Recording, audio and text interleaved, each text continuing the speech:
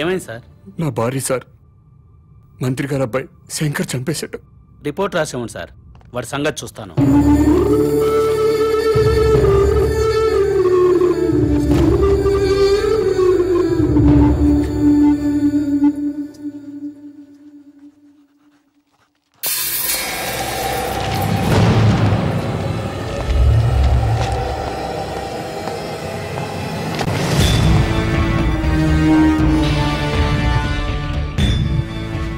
ఏం జరిగింది? ఇతని వైఫ్ సార్, మినిస్టర్ గారు అబ్బాయి మర్డర్ చేశాడు.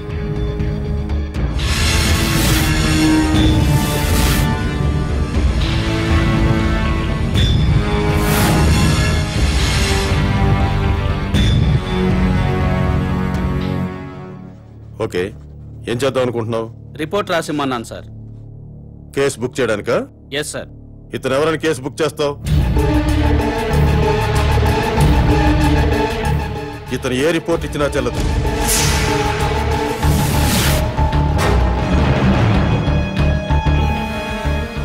మనం ఏ కేసు బుక్ చేసినా మంత్రి గారు అబ్బాయిని అరెస్ట్ చేయలేం. కాబట్టి ఇతను ఇచ్చే రిపోర్ట్ తీసుకోవద్దు.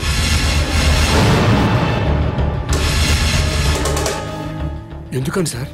ఎందుకంటే నువ్వు ఈ రాష్ట్ర పౌరుడు కాదు కాబట్టి. నువ్వు భారతీయుడివి కాదు కాబట్టి. అసలు నువ్వు ఎక్కడ పుట్టావో, ఏ దేశస్తుడివో, ఇండియా ఎందుకు వచ్చావో సాక్ష్యాలు లేకుండా కేసు ఎలా బుక్ చేయమంటావు? చెయ్యవు. నేను ఎక్కడో పుట్టడం ఏంటి సార్? వేరే ఏ దేశంలోనూ పుడితే నేను తెలుగు ఎలా మాట్లాడతాను సార్? తెలుగు మాట్లాడితే ఆంధ్ర వాడైపోతావా? రాయలసీమ వాడైపోతావా? తెలంగాణ వాడైపోతావా? నా కొడుకు ఇంగ్లీష్ మీడియంలో చదువుతున్నాడు, ఇంగ్లీషే మాట్లాడతాడు. అయితే వాడు ఇంగ్లీష్ వాడైపోతాడా? అవ్వడు. నువ్వు అంతే. డ్రామా ఆపండి సార్, డ్రామా ఆపండి. అసలు నేను భారతీయుడిని కాదంటానికి మీ దగ్గర ఉన్న ప్రూఫ్ ఏంటి? నేను ఈ రాష్ట్ర పౌరుడిని కాదంటానికి మీ దగ్గర ఉన్న ఆధారాలు ఏంటి సార్? చెప్పండి సార్, ఆధారాలు ఏంటి?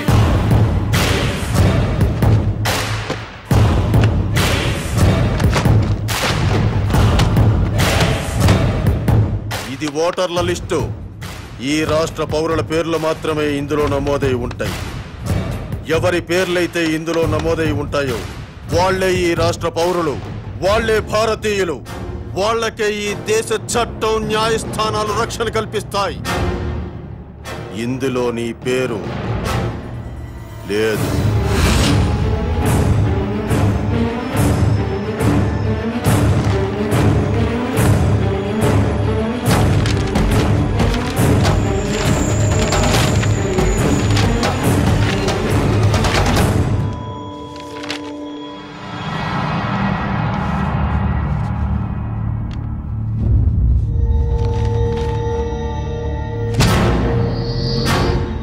ఓటరు గుర్తింపు కార్డు ఉన్నా ఈ ఓటర్ లిస్టులో నీ పేరు లేకపోతే ఓటు వెయ్యనివ్వరు.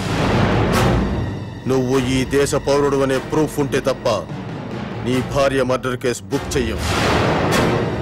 లేదా నేను ఈ రాష్ట్ర పౌరుణ్ణి అని రేపు పొద్దున్న మున్సిపల్ ఆఫీస్కు వెళ్లి గుర్తింపు కార్డు తీసుకొని రా, అప్పుడు కేసు బుక్ చేస్తాను.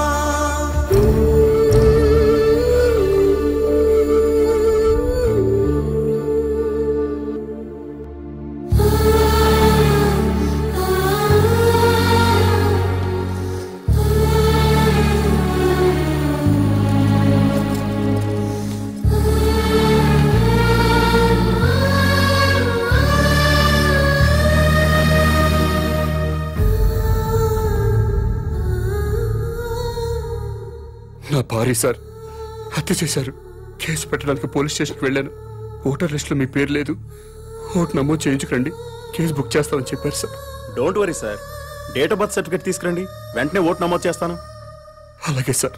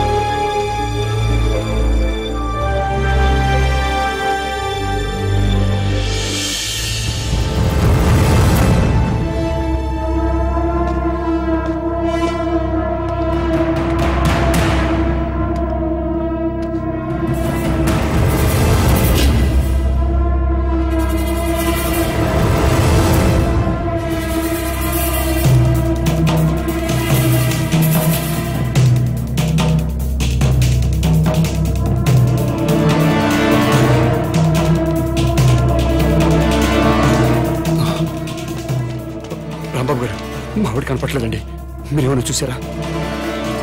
శంకరరావు గారు మా వాడి కనపట్లేదండి, మీరేమైనా చూసి రండి. మహేష్ గారు,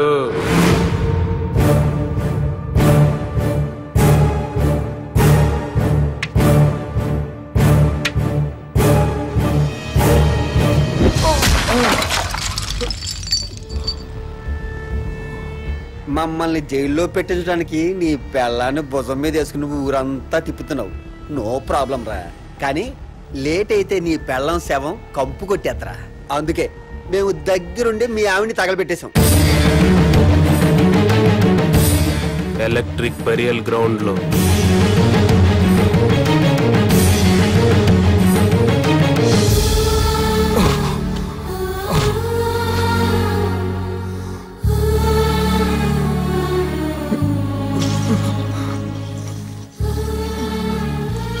ఆడి చేయండి రా పాపం. ఒరే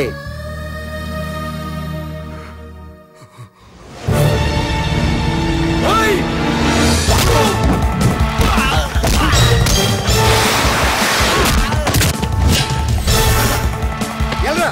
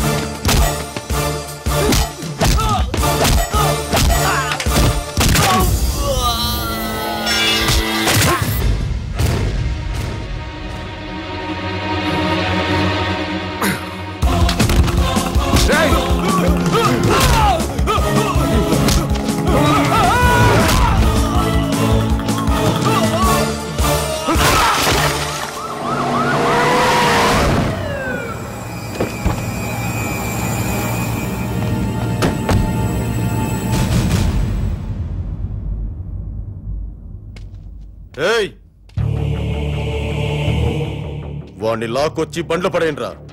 దేనికి సార్? షూట్ చేసి పారేస్తున్నా కొడుకు. పబ్లిక్ గా మర్డర్ చేసి ఇంకా అమాయకంగా మాట్లాడుతున్నావా? నా భార్యను చంపేశారని రిపోర్ట్ ఇస్తే పనిచేయని చట్టం నేను మర్డర్ చేస్తే నన్ను అరెస్ట్ చేయడానికి ఎలా పనిచేస్తుంది సార్? నేను ఈ రాష్ట్ర పౌరుణ్ణి కాదు, భారతీయుణ్ణి కాదు. అలాంటప్పుడు మీ భారతీయ చట్టాలు నాకు వర్తించవని తెలియదా సార్?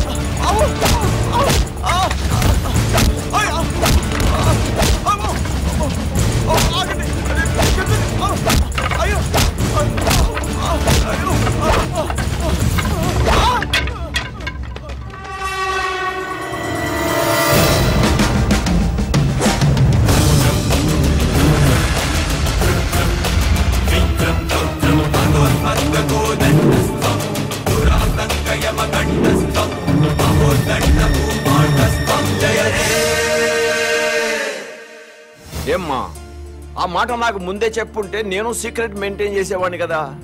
సొసైటీ మీద మీ ముగ్గురికైనా ప్రేమ నాకు లేదనుకుంటున్నావా? Thank you daddy. ఒకసారి ఫోన్ మహేష్కి ఇవ్వమ్మా. నమస్కారం సార్. బాబు, మా అమ్మాయి చెప్పడం వల్ల నీ గురించి తెలిసింది. మా బడుద్దాయిల వల్ల నీ కుటుంబాన్ని పోగొట్టుకున్నావు. అయినా ఇది నువ్వు వ్యక్తిగత కక్షతో చేయటం లేదు. I appreciate your attitude. నీకు తప్పకుండా హెల్ప్ చేస్తాను. Thank you sir. Sir, common man అసలు పేరు మహేష్. మీ అబ్బాయి శంకర్ని చంపినవాడు సార్. మహేష్ సీఎం కూతుర్ని కిడ్నాప్ చేయలేదు సార్, అంతా డ్రామా సార్. ఈ విషయం ముఖ్యమంత్రి గారికి కూడా తెలుసు సార్.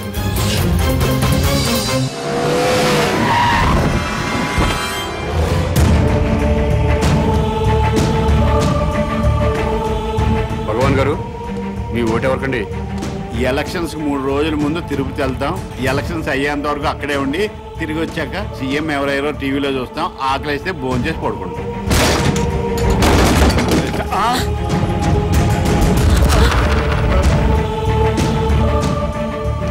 ఏమండి, భోజనానికి ఏమైనా పిలిచారా? దీన్ని భోజనానికి పిలవటం ఏంటే?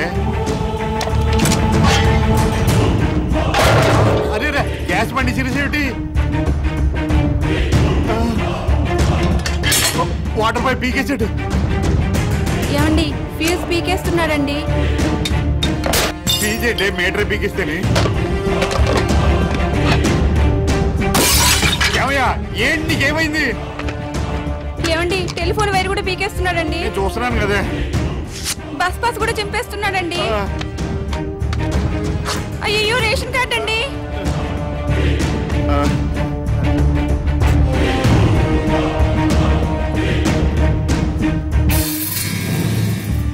మీరెప్పుడు ప్రభుత్వం ఇచ్చే గ్యాస్ కనెక్షన్ వాడడానికి వీల్లేదు. కార్పొరేషన్ ఇచ్చే మంచినీళ్లు తాగడానికి వీల్లేదు. డ్రైనేజ్ సిస్టమ్ వాడడానికి వీల్లేదు. ఆర్టీసీ బస్ పాస్ వాడడానికి వీల్లేదు. రేషన్ కార్డు వాడడానికి వీల్లేదు. బిఎస్ఎన్ఎల్ ఫోన్ వాడడానికి వీల్లేదు. ఏ ఎందుకు వీల్లేదు? మేమేం తప్పు చేశాం?